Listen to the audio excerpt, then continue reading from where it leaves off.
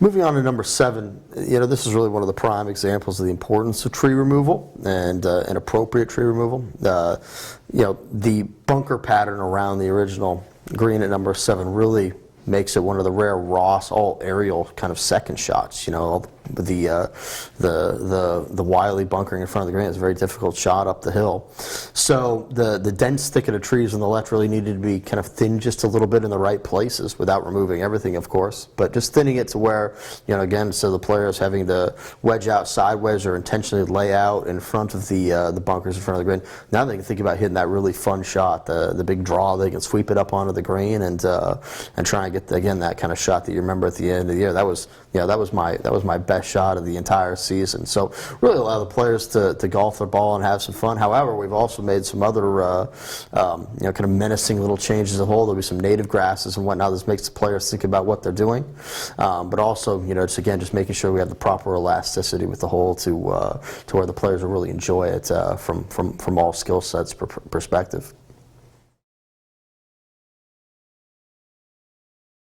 As we navigate our way to hole number 8, we see one of the classic Donald Ross golf holes for Wampanoag. I still remember the first time I walked the golf course. Number 8 stuck out to me as just classic Ross bunkering, beautiful old kind of hummocks and mounds on the right where they used to bury all the rocks during construction. It has all the makings, for the recipe of being a true Donald Ross golf hole. Obviously we have those higher teeing grounds where we're adding a championship tee and then trying to add another forward tee and maximize that elasticity. But you hit down into this beautiful kind of prairie feel of a golf hole, fairway feel. And you have the mounds on the right, and he had this conglomerate of kind of these 4 bunkers dished out of the hollow in front that you could easily carry, but it was just all about maybe giving it that next level aesthetic feel to the golf hole. Because sometimes Ross would put bunkers out there that set up the next set of bunkering, just to give you that beautiful aesthetic look.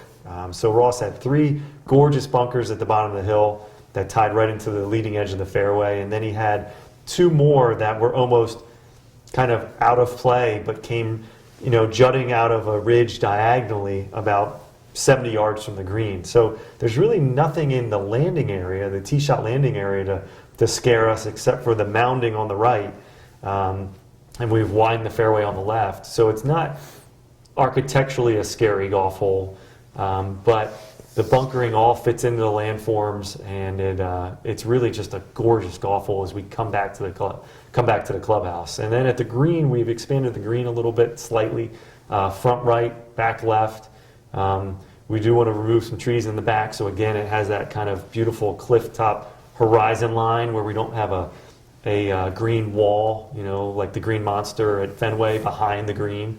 We want to kind of delete that so you see layers of golf holes. That's one thing that's so underrated at Wampanoag. We want to see layers of golf holes out here. So when you're coming down 8, then you see 9 green behind 8 green in the distance. You see both flags and both greens. I think that would be a great look, and that's what we want to maximize on hole 8. Moving on to number 9, the next par 3 on the golf course, we've really tried to bring out a lot of the exciting both approach aspects of the tee shot, and then also the fun recovery shots around the green. We've worked with the bunker composition to make it a little bit more reflective of Donald Ross's original design, and some of the small mounding and whatnot to the rear of the green made for some really exciting approach play. And then the interesting trench that he had kind of running through the green in the original design we'd like to restore. In addition to some really great expansions and whatnot that really make for some nice cubby hole pins around these changes in the bunkering. And then going back to the tees, really trying to capture just a cool ambiance between holes. Again, this is the big Typemo area that runs all the way from the 2nd green to the 3rd tees all the way over to 8 green, and sandwiched in between is the tees and the 9th. So you have these beautiful areas of maintained turf at each end of the hole with the wilds of the meadow and the creek in between the tees. So a little bit of all of the very cool potpourri of the property mixed in together in a really beautiful little par 3.